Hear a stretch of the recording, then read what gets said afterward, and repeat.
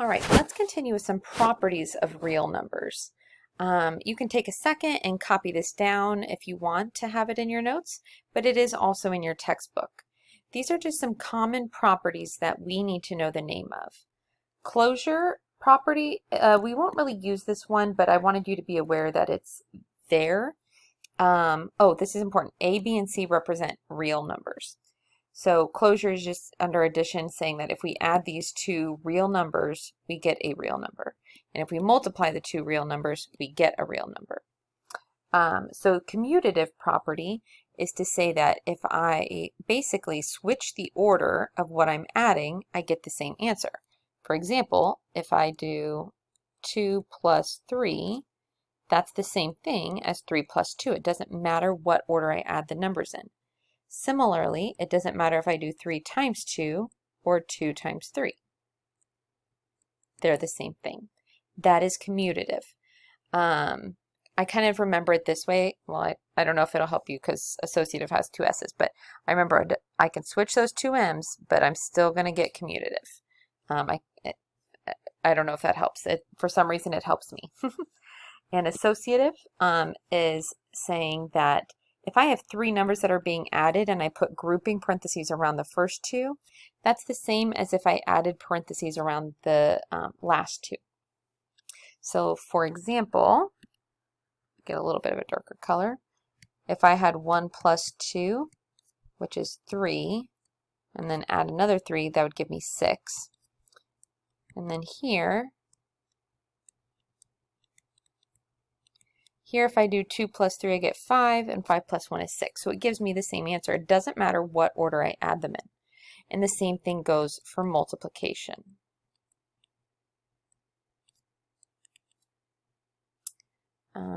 One, 2 times 3. There we go. All right. The identity property is saying, for addition, it's saying that if I add 0 to any number, I get that number. Like 1 plus 0 is 1. And it could be that it's 0 plus 1, but that's using that commutative property. It doesn't matter if the 0 is first or last. And then identity property for the multiplication is if I did 1, oh, let me use a different example other than 1. Oh, that's not 1 to erase. All right, we'll just leave it. If I did 2 times 1, I would get 2. And if I did, this is showing that I could do the same thing the opposite way. I could do 1 times 2 is 2. The property is saying that it gives me the original number. And then finally, oh no, sorry, second to finally, the inverse says that if I add the same number to itself, but negative, then I'm going to get 0. So we can see that with 1 and negative 1, I would get 0. And for multiplication, it's this. This is just what we were doing with the opposites and the reciprocals. So it's just kind of proving that. If I do 2 times 1/2, I would get 1. Finally, we have the distributive property. And this is something that you are probably all very, very familiar with. You hear distribute, and you immediately draw those lines from whatever's outside the parentheses to whatever's inside. So notice now, you had B plus C. Now you still have B and C added together, but they each have an A. So we're just going to match each expression with the correct property.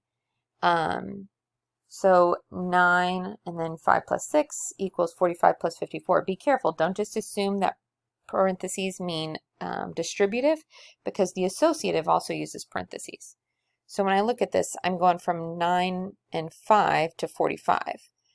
So that means that this is the distributive property. Here, what's happening, I've got 4 times 5, 5 times 4, and I'm just switching the order. So that means that it is commutative. 4 plus negative 4 equals 0. Well, I'm adding the opposite to itself, so it's got to be the inverse. And then this one is just shifting the parentheses, so I've got to do associative.